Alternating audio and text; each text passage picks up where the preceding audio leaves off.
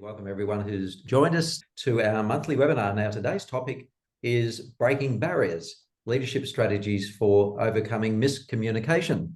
I'm Warren Howard, the Director of Howardco Business and HR Solutions, and really happy to welcome Lauren Ayres. Hi, Lauren, how are you going? Awesome, thank you. Excellent, Lauren. Really glad to be Lauren's here. our Senior HR and Recruitment Consultant. I'm talking to you from Melbourne, and Lauren is talking to you from beautiful northern Queensland. How's the weather up there? Well, central Queensland, because it is a huge state. I just need to correct you. And it's grey and drizzly and rainy today, so definitely not the sunshine state. Not as bright as we're having here. It's cooling off in Melbourne. No. It's a lovely autumn day. Let's get into this because it's such a great topic, one that we really are happy and like talking about, and that is about communication. So what we want to share with you today, as we do with all of our webinars, is the insights and learnings that have come from our work with our clients, and many of you are on our call today, but also the many years of experience that we have of working in this field. So great opportunity to do that. We like to use these webinars to not only share information, but showcase some of the good work that we're doing with our clients in the field. So let's move on. Sorry, Warren, just before you, just from a webinar, maybe if people got any questions that they wanted to put in a Q&A box throughout, that they're welcome to do that. Obviously, we're going to have the Q&A at the end. I wasn't sure if you were going to cover that off, Warren, so. Well, absolutely. That's why you're here, Lauren. That's why we partner on these calls. Thanks very much. So yeah, if you do have any comments, please use those facilities on Zoom. So a quick introduction to us, if you're not familiar with who we are Howardco, and our purpose is helping visionary leaders build great businesses. That's what we love doing. We are a full service HR consultancy with a business focus. And our mission is linking people and strategy at every stage of the growth cycle. And we do that in our three keystone service areas of recruitment and onboarding, people management and culture, leadership and team development. And our vision is quite simply creating workplaces where people and businesses thrive. So let's dive into today's topic. And this picture says it all, doesn't it? I mean, communication is something that we do naturally every day. But how often do we find that it doesn't quite work? That there's that disconnect, there's that miscommunication that takes place. An interesting fact I looked up the other day. Do you know how many words we actually use in a day, Lauren? No, I'd be curious. Well, 16,000 is the number that the University of Arizona came up with. And 16,000 in a day? 16,000 words in a day, which is quite amazing. And they said it doesn't matter whether male or female or anyone else, we're roughly about the same. So that might dismiss some myths and rumors there. So as you can see in that picture there, sometimes the message that we deliver doesn't necessarily get received in the way that we had hoped, or maybe it's not even received at all. So today in particular, we're going to be talking about interpersonal communication. And what I mean by that is the face-to-face communications that we engage in, or screen to screen, as we are doing today, because that's where the greatest impact is. Now, let me ask you a question. Have you ever been accused of not listening? Or have you felt sometimes that you haven't been able to get your message across? Well, I certainly know that I have. So what we're going to delve into today is why that happens and what you can do about it. So one of the facts is that managers like yourselves rate the ability to effectively communicate as one of the key skills for effective leadership. We all agree it's really important as part of our leader role. Unfortunately, most employees rate their managers poorly when it comes to getting their message across. And when we researched this, we came up with this, which was quite an alarming statistic, I thought, that of 1,000 surveyed employees reported that their managers lack the essential communication skills to be effective leaders. Now, you might think that's a bit discouraging, particularly if you're trying and doing your best. But I think what we should do is just take this in context, that if you look at our workplace today, what we see is, disruption that has been caused by COVID and the after effects of that. The fact that there's a lot of change going on, even, this trying to get this balance right between hybrid workplaces, working from home and so on. So what we do know is that people want to be better informed. They want to be involved and they want to be part of the big picture. So what it's telling us is we still have some work to do here to make sure that we're communicating in the best possible way. And if you've always done things the way you've always done them in the past, then maybe it's time to think about making some changes and trying something new. So that's why we're here today. Yeah, can I jump in on that slide? Sorry, Warren, because I think one of the things that I've been contemplating for a while when it comes to communication, I was just like, why is communication still a thing? Like, yes, you talked about, post-COVID and things like that, but go back 10, 15, 20 years, communication was still an issue. And lots of people talk about, oh, it's so frustrating. Managers talking about how frustrating it is because they're having trouble getting their messages across. And I've really been trying to understand like why. And I think we'll get into it obviously in some of those aspects, but I like to sort of think about the fact that your organization is like a container, right? So what you do, whether you're in transport or manufacturing or social media or like any type of professional services firm, that's what you do. But it's like, that's the container, but it's the people that are sitting inside that container that are doing the work that are the critical factor to making sure that things happen. And so, I've been really thinking about this, that actually every business is in the people industry before they're in their specialized industry that they might be in. And not to sort of underplay the value or the role that people have. It's very rare you're going to get any business, even if you have a lot of robotics, it's very rare that you're going to have any business that doesn't rely on the people to do the work that actually makes that container of that company actually matter. And that's just something I've been really thinking about in terms of the context of why is it that communication is such a challenge. I think it's because we get so busy in the doing that we forget that first and foremost, we're in the people industry. So Lauren, I love that. I mean, what you're saying is it doesn't matter what industry you're in the people business effectively. And communication is obviously a very important factor of making business work. Okay. So what are we going to do in this webinar? Well, as Lauren has suggested there, what we're going to do is unpack some of the most common disconnects that we experience in communications at work in particular, but how as a leader can elevate your communications so that you can be more powerful and more influential in the connections that you make to get that buy-in and engagement that you need to achieve the business and long-term goals. So that's why we're here. Here's what we're going to cover in the agenda today: the impact of miscommunication, particularly on workplace performance, productivity, and profits. And then we'll explore the top 5 communication barriers that we experience in small to medium enterprises and we observe, and how to achieve breakthrough with them, how you can really get results. And we'll do that by providing some practical tips to improve communication effectiveness in key leadership situations, the ones that you face every day. And then at the end of today's seminar, we'll also pause for a Q&A session to address any questions that you may have posted in the chat or in the Q&A. And the other thing I wanted to mention too, as you're listening in today, that there are 3 underlying themes running throughout our presentation. And that is your ability to improve your communication effectiveness is going to depend on 3 things. Number 1 is your willingness to actually reflect on and understand how well you communicate now and the impact that you have on others, both positive and negative. Number 2 is your preparedness to actually put yourself in the other person's shoes and understand their needs and their priorities, including the how, when, and where they like to be communicated with. And then the 3rd theme is about how committed are you to learn new skills and try new approaches so you can adapt the way you communicate to better serve the needs of others, and in so doing, improve the outcomes that you can achieve. So they're the 3 themes that will underlie what we're presenting today.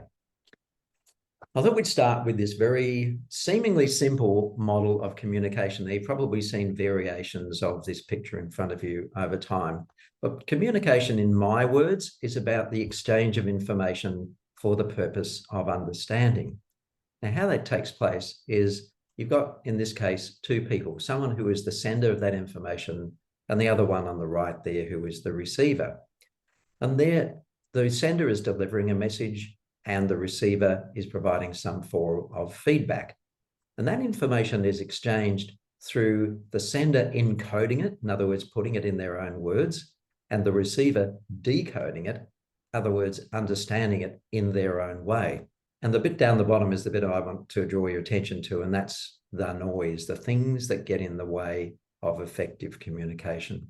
Now, that noise can be practical and physical, like background noise. The sort of noise you get in today's open plan offices can be distracting, but it can also be metaphorical, and it can be the sort of noise that comes from perhaps being distracted by things that are going on in your own mind, things you're thinking about, and therefore not necessarily paying attention. Or it could be simple as the language that you use may not necessarily be understood in the same way you think you're delivering it. So a seemingly simple model But as you can see from there, a lot can go wrong and a lot needs to be taken into account to make sure you're being effective. Yeah, and I don't want to sort of downplay that encoding, decoding either, Warren, because I think that that's something, and again, it sort of speaks to this idea. If you think it's quite computer terminology in a way, we sort of think about coding as computers, and computers are, although with AI, things are developing quite rapidly. But in terms of like the computer messages, it's a lot easier when you're talking computer to encode a message and then to decode it on a different system, because it's essentially ones and zeros. When you start talking about human beings, there's an unquantifiable number of variables that are going to go into that person encoding that message and then that person decoding it. So if you're sitting here wondering why you're still struggling with communication after countless, times of doing training around it, or countless attempts to try to improve it, please understand we're dealing with people. And so there's just so much that is there that makes it challenging, but doesn't make it impossible. And I think that's the thing where we're heading today. It's not impossible to get this improved and getting it working better, but we appreciate that it's not easy, not easy at all. Yeah, indeed. And even for us today, it's about trying to understand how we can deliver this information that's going to appeal to a wide audience, which is another point I wanted to add, that at the end of today's webinar, we'll also mention a quick reference guide that we're going to provide, which will cover the generational differences, because our workforces today have the widest range of generations working in them, and each of those generational groups, from Gen Z to baby boomers, all have their preferred ways of communicating. So look out for that quick reference guide that we're going to provide at the end of today's webinar. We'll give you the information about. So what's a disconnect? Well, it's simply where there's a mismatch between what you believe you're conveying and what is actually understood by your intended audience. There's some breakdown there, and sometimes we call that a communication gap. I want to reference this quote because I love it. It's from George Bernard Shaw. There's the single biggest problem in communication is the illusion that it has taken place. Can I give you a quick story?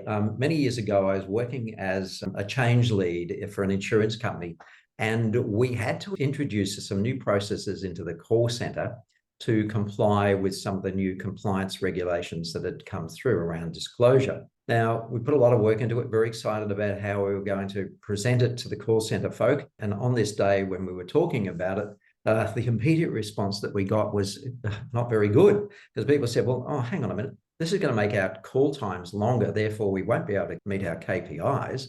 And secondly, it's going to interfere with the flow of the customer. We're trying to build rapport with them, and this is just going to get in the way. Now, fortunately, they already had this negative impression of the change that we're about to talk about. And we didn't really get the chance to say that what we'd done is made some really great improvements that meant that the call times are actually going to be less. And secondly, they're actually going to have more control over the way in which they structured their call. But unfortunately, all that fell on deaf ears because of their initial reaction. So now what we was very excited about, we had to really regroup and reposition. So I love another saying of mine, which is that just because you're excited about change doesn't mean everybody else is. No. So why is effective communication important for leaders? Well, I think, it's so important because it's how we get things done. It's how we delegate, how we train, how we coach people. It's also important to build and maintain relationships, because as managers and leaders, this communication is how you pass on information, it's how you engage in discussion. It's how you manage conflict and disagreement, so important. And finally, it's about fostering workplace improvement through collaboration, teamwork, and innovation. In fact, communication is the glue that binds the workplace together, and it's the catalyst for driving change. Now, what we do know is that when it doesn't work, it's actually very costly for the business. And you can see some of the stats there about the impact of poor workplace communication. And that came from the Economic Intelligence Unit. So everything from stress through to lost sales are impacted when communication is not effective or breaks down. But the upside is if you do it well, McKinsey's research would tell us that effective communication increases productivity by up to 20 to 25%. And the benefit, you get increased buy-in to your ideas and contributions. People stay longer in organizations that they believe really care about them and want to share information. Problem solving is better, and ultimately, when your frontline people are communicating better with your customers, you have happier customers and they stay around for longer as well. So sorry, Warren, I'm just going to do a really shameless plug on that. We did our previous webinar around retention, and we did talk a bit about how communication is an important part of that retention process as well. In fact, it's kind of fundamental to it. So if you do want to, please reach out to us and we can get you the link to watch that one as well. Great, Lauren. Thank you. Love that shameless plug. Well done. Can't help myself. Let's dive into the detail here of what are the 5 most common disconnects and how can you overcome them? And I'm going to pass over to Lauren to talk about number 1. Yeah, number 1, thanks, Warren, is misunderstandings. And of course, that's probably an obvious thing. If you can just mark forward to the next slide. Because when we're talking about miscommunications, most people are, oh yeah, like I definitely know what that's like, but maybe sometimes aren't really clear about what actually, like how it unfolds and how it happens. And it's very interesting. Even I had an example yesterday where I read something in an email that my friend also received, and both of us looked at it completely differently. And so misunderstandings, essentially, we would describe it as they occur when your intentions don't match what the interpretation is. So in other words, you've got this intention, you're passing on a message, and then you're getting this interpretation coming back to you, and you're like, well, hang on a second, that's not what I wanted. And if we were all sitting around in a room today and I said, hands up, who's experienced that? I guarantee I'd see hands up all over the room. Probably the most common cause of that is what we call fog factor. And I also I'm hearing the term word salad thrown around a lot in a more modern context as well. And what the fog factor is when you're giving far too much information or excessive information, that it's very hard to pinpoint the message that the person really needs to pick up on in amongst all of that. And that's what creates the fog. So that's what the fog factor is all about. And that, especially when you're having conversations around performance or somebody's work, that can be one of the challenges. And so being very aware of, and I'll get into it in a minute, the things that you need to do to avoid that, but know that that's one of the common reasons for misunderstandings is people can't actually understand the core piece of the message because it's too much. So speaking a bit about the noise that you had on the slide earlier, Warren. The other one there is about overcompensation. And again, probably quite typical when we feel that we need to give extra information. Like Warren, you talked about the fact that they were sort of jumped straight to that conclusion that it was going to be bad for the business and delay their KPIs and have trouble building the rapport with the customers on the phone. Sort of managers could get into a tendency then to sort of overcompensate for that and then add further confusion to the mix, right? When you're sort of trying to get through a clear message. So what can you do about it? Next slide, if you can, please, Warren. First of all, focus on one thing at a time. So if you think about, I've got to go and communicate this message with this person or with my team, what is the most important thing that you need to get across to them? And then make sure that you build your message around that and try to keep that message really succinct without a lot of extra noise. It would certainly be the first one. Then relaying what needs to be remembered. I know that I was taught sometimes you've got to communicate something 7 times. You'll hear this a lot in speeches that people do around the world, that they'll mention critical things at least 3 times. It can be really important to make sure that you're really focusing on what that core message is. And it's always a good idea as well, particularly when you're passing on critical information that's for like delegation or something. It's always check back, what have you understood from our conversation today? What did you take from it? And get the feedback back, because that way you get to clear the misunderstandings up really quickly. Lastly, if you're still getting blank faces after all of that, recognize that perhaps you just haven't been as succinct as you need to be, and then make sure that you just say, well, look, what I actually really mean by all of this is bang, bang, bang. Just deliver your message in a couple of really short words and then gauge the response from the group then. Thanks, Warren. Thanks, Lauren. And I must say, I sometimes fall into that trap myself. Sometimes I can be a bit verbose, and my team will remind me of too. that. So I quite often use that phrase. Actually, what I really meant by that was, and you can see the eyes light up and the light bulbs go off. Hopefully I don't fall into that trap today. And just a reminder here, something I learned many, many years ago, and it still stays in my mind, even though we're in the digital age now, and even FM is perhaps not the most modern form of communication on radio, but your people listen to one radio station only, and that is WIIFM. And that stands for What's in It For Me. And it's just a great reminder that when you are communicating, that whoever you're talking to or dealing with is really trying to interpret, how does that affect me? What's in it for me? And you can obviously see that those call center operators I talked about earlier, that's exactly what they were thinking. They weren't interested in the system or the changes. All they were interested in is how that's going to impact me.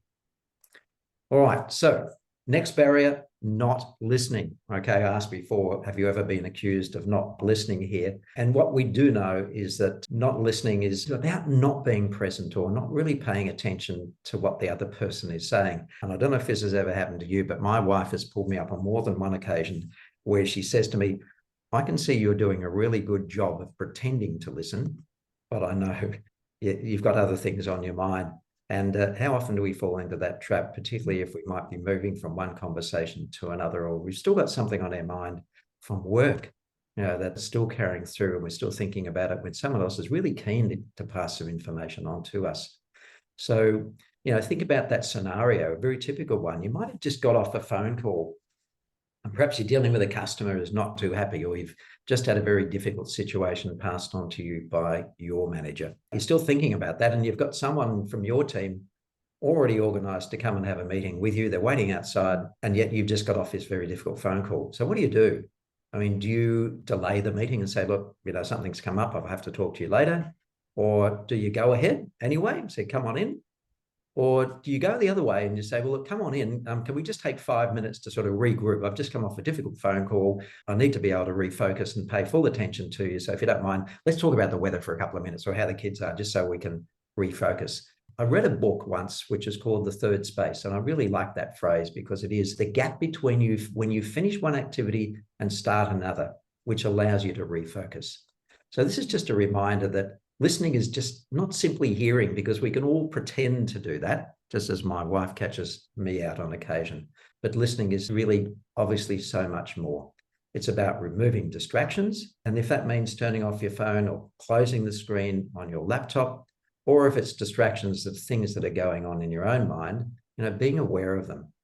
And then active listening. Now, we've probably all heard that phrase a lot, but what does it mean? To me, it means make sure that that person feels like they're the most important person in your life at that moment. And what they've got to tell you is the most important thing that you have heard that day. Okay? That's what I believe active listening is. It's actually being truly in the moment with them, and so that they feel like you're listening, because they're the only ones who can really interpret that. And do they feel that they've been heard? Do they feel they've been listened to? And the last one is, do they feel that they've been acknowledged? And that's where empathy and understanding comes in, because there could be a lot of emotion behind what's being delivered. And for them to feel like that you've actually heard what they're telling you, it's important that you can acknowledge those feelings and how that might be impacting on them, if you know what I mean. And finally, practicing mindfulness is also being in control of those unconscious thoughts that can often distract us that are going on, and being able to park them or put them into silent so that you can fully concentrate. So mindfulness is a really important thing for us all to be aware of, especially today when we have so many channels of communication coming at us. There's plenty of distractions if we allow them to take over. So back to you, Lauren. Introducing the third barrier, which is a phrase we've coined here called the credibility gap. And I think it's a really important thing to consider when you're talking about communication, is what actual credibility do you have with the people that you're communicating with? And can you actually do anything to control that credibility? What we define as a credibility gap, essentially what it is where your actions sending a different message to your words. So let's say you're saying this thing here, you're doing something here, and then the credibility gap is how much those two things align. So if you say what you're going to do and then you follow through, you're likely to have high credibility with the people that you're communicating with. But obviously on the flip side of that, if you say that you're going to do something and then you don't follow through with it and your actions don't match up with that, then you've got low credibility. So really important to consider. Now, there's two parts to the credibility gap. First one is just in looking at the different forms of communication. So this data and these stats is taken from some research. If you're interested to know more, please reach out to me afterwards. I didn't want to go into too much technical stuff here, but basically what it's showing is that in terms of the forms of communication that we have, this is particularly focused on in-person, face-to-face communication, is that only 7% of what we're communicating is coming through from our words.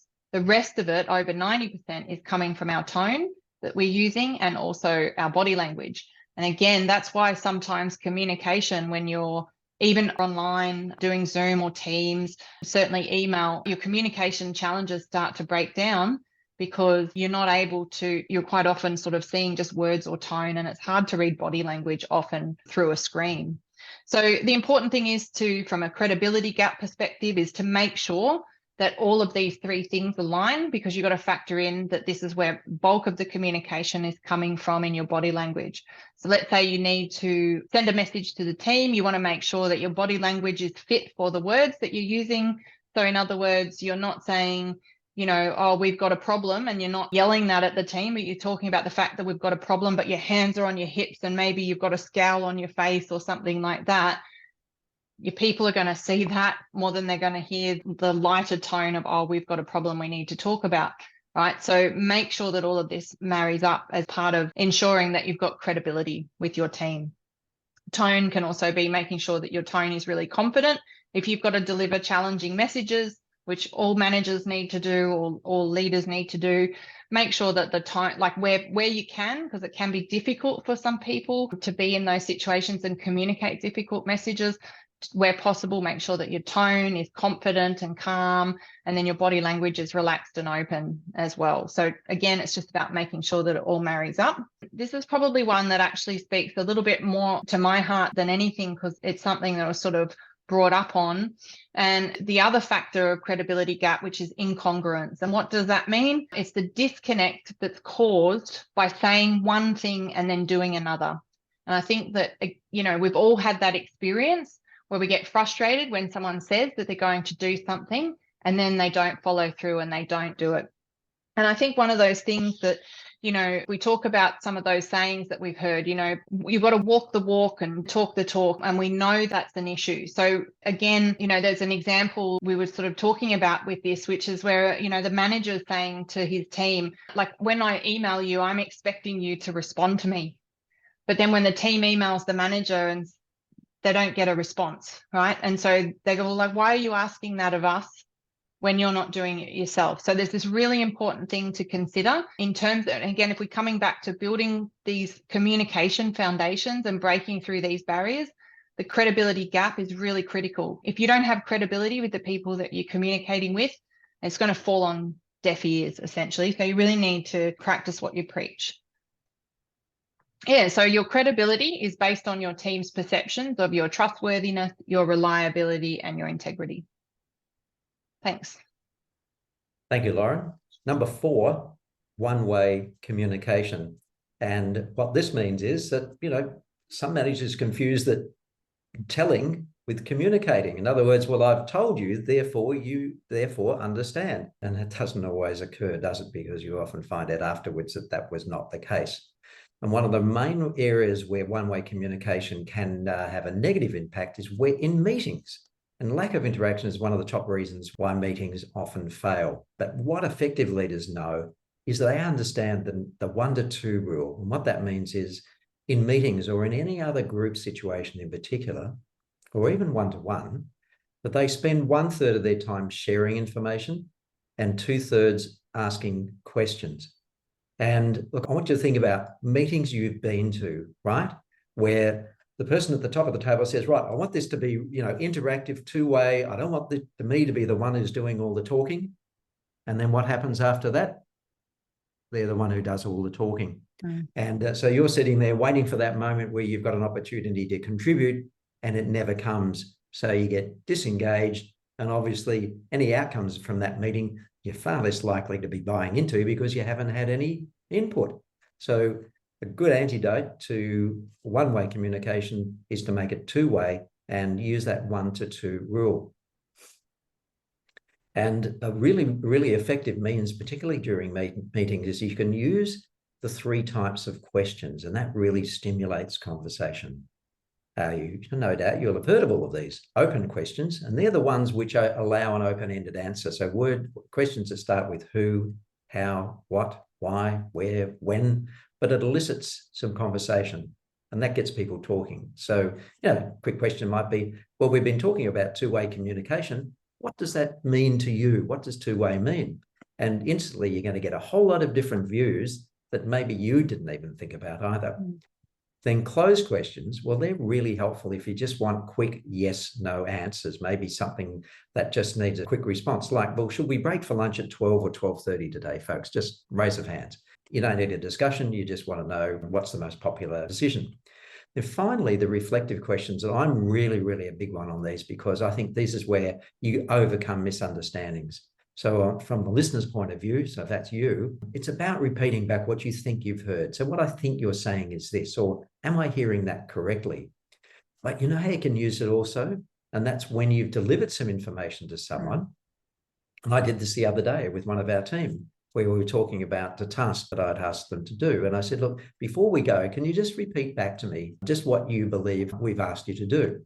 And it was terrific because they'd actually interpreted part of the instruction a little differently to what I had intended. They were going to do a lot more than what I really needed. So I was able to correct that before they went off and embarked on that activity.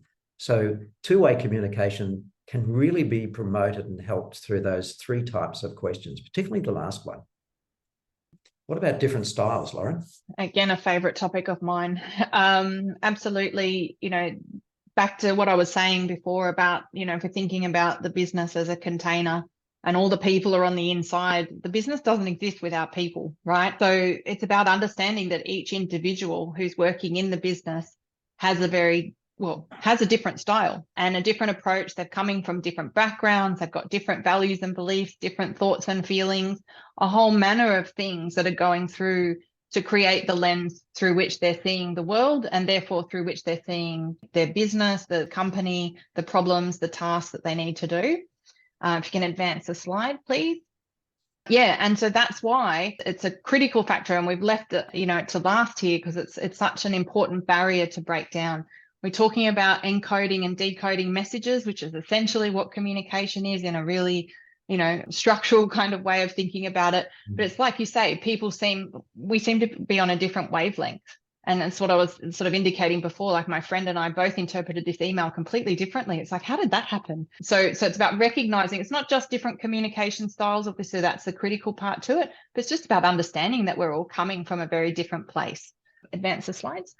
And we're asking this question to everyone: how much easier would it be in your life if everyone that you worked with had their needs written all over them, that you knew what they needed? And so you could just go, oh, I can see that Joe needs that, and I can see that, Sarah needs that. And you'd be able to therefore deliver your communication a lot easier. And that's where we come to, I'll just quickly show everyone a bit of an example of what that could look like. Right here is a team. They're working on a project together. And this is a scenario of what it would look like if they had their needs written all over them. So we've got the chap on the right here he's just interested in the facts. So in terms of this project, that's what he needs. He needs to know that's the outcome. Got the woman in the middle there. She likes to move things along, very action orientated. That's what she wants. She doesn't want to spend too much time on the detail and getting into things. She just wants to keep progressing it forward.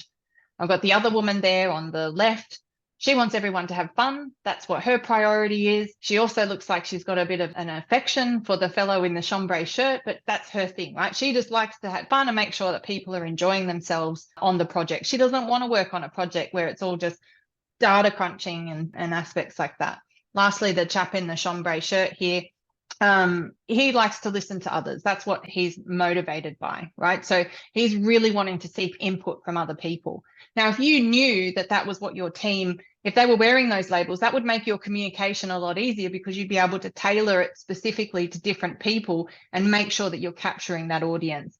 And as we just showed on that next slide, that's where DISC comes in. So most of you who are on this call, you know us very well. You know that we're huge fans of DISC. I'm certainly a massive fan of DISC. What is it? In a nutshell, it is a behavioral profiling tool that helps us to navigate different communication styles amongst different people, right? So using something like an assessment like DISC can help managers understand their team's communication preferences and start to make sense of things. Next slide again. I'm actually going back to the same slide and I'll just talk you through. So here's some examples that each one of these people have actually got a DISC style. So the woman in the middle there, she likes to move things along. She's very much like me. She's got a D style and she wants to, push for very action orientated. And then we've got the chap in the chambray shirt who likes to listen to others. That's Warren. And what his role is in the team, he really likes to listen and seek input.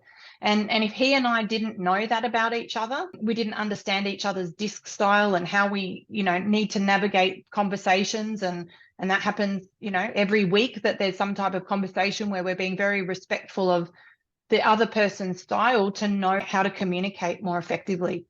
So DISC in itself, what it provides is, because we can't look at everybody's, when we say look at people's needs written all over them, we're not talking about all their needs.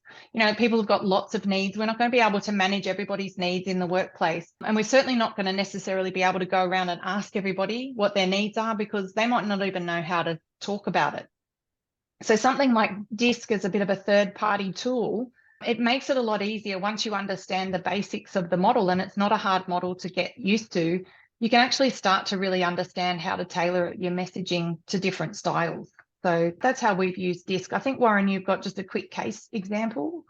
Just a quick one here, Lauren. Thank you very much. Great description. But as Lauren said, we do use the DISC profile in many different ways in the work that we do. Quite often I'll use DISC as a coaching tool. And here's a testimonial from Jane Libis, who's the partner of CE Family Lawyers. And essentially what she said is that, she's recommending DISC for people who want to hone their leadership skills and foster positive communication. It's eye-opening, it's realistic. And this is not just a shameless plug for this work, but it's just because we truly live and breathe it. We believe that if you're really serious about communication, then using a tool like this, which gives you feedback about your own style, also gives you a resource to help you improve your communication with others. So it's good to get this sort of feedback from our clients, because they use it and they build it into the way they run their businesses. Our major client, our key client, has invested in using this methodology right across the business, from senior management right through to people working at the front line. And, they're seeing the benefits from how to improve and lift not only the leadership and management style, but also the interpersonal communications between team members, but also with their customers.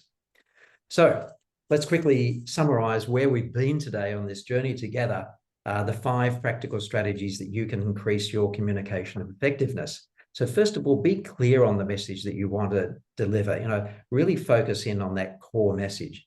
Be present, remove distractions, mean and do what you say, and enhance dialogue. Make it two-way, and especially ask those 3 types of questions. And avoid that one-size-fits-all. Be able to adapt to the needs of the people that you're talking to. So that's how you get over those communication disconnects. And the 3 themes, just to remind you, number 1, be self-aware. Think about how you prefer to communicate and what impact that has on others. And be prepared to put yourself in other people's shoes by acknowledging their different communication needs and styles. And then finally, learn how to adapt your own style so that you actually achieve cut through with everyone in the organization, regardless of what their style is as well. So all of that underpins what we know as emotional intelligence. That's a topic for another day. But if you become really, really good at those 3 areas there, then you're definitely improving the way you emotionally and intelligently connect with your people. So finally, we've got 5 minutes left for some quick questions. So I'll just go back to Lauren or Bettina to let's see if there are any questions there, or if you haven't put one in and you do want to put one in now, please go ahead and we'll be happy to answer them. Yeah, no questions yet from the group, but please, if you've got an option to pop one in the Q&A or to raise your hand, and we can bring you on to chat if you're happy to do that. Warren, one of the things that I know that just whilst we're waiting there, and again, just quickly, sometimes managers can feel a little bit exhausted in terms of the attempts that they have with communicating with others. Have you had any sort of experience in how to sort of, if you've tried to communicate something several times to get that cut through? Yeah, well, that's a very, very good one, Lauren. Yeah. Look, I think that the thing here is, and maybe we just get back to that point around two-way communication.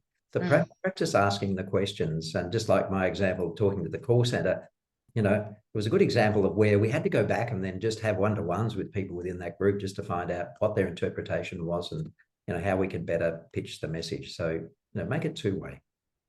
Yeah, that's a good one. What do you think? Oh, I'm pretty similar. And I think I mentioned it earlier as well, that one of the bits of advice that was given to me is you just can't underestimate how much you might have to communicate something as well. Even if you do all the things that we've talked about in terms of breaking down those barriers, that if you're actually looking at it from a situation of, I might need to communicate this message up to 7 times. And that could be over, like if it's about big change in an organization, which is what I deal with a lot. You know, sometimes that big change, it's a lot for people to wrap their heads around. And so, you know, it's doing those check-ins as well and making sure that we're, you know, you might just have to keep repeating it because it really can be hard for that message to land for people. Like your example you gave with the change. No, I can't see on my screen any other further questions coming through. No, not any today. Must have been a very thorough webinar. I think it's been a very thorough webinar. We've opened it up, given the opportunity there. But look, I think we've crammed a lot in today. Look, maybe I'm going to just close by saying what we have talked about is all the things that can go wrong, but then how to address them and how to be more effective. Communication is a skill. I mean, just because we were born to communicate doesn't necessarily mean that that skill is going to last us a lifetime. Okay. It is about continually developing and honing it, particularly if you are in a leadership or management position, because communication becomes even more impactful and meaningful. So treat it as a skill, but one that needs to be nurtured and developed along the way. All right. So a big thank you from me.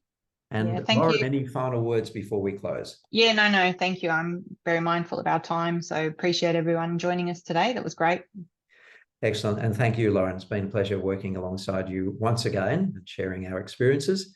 And finally, just a reminder that that quick reference guide to multi-generational communication will be coming your way. And if you want to revisit this webinar, you'll also be getting a copy of it in your inbox in the next few days. Again, thank you for joining us. And we have enjoyed hopefully enjoying we've enjoyed having your company too. Thanks, Lauren. Thank you, everyone. Thank you, everybody. Really appreciate you coming. Bye for now.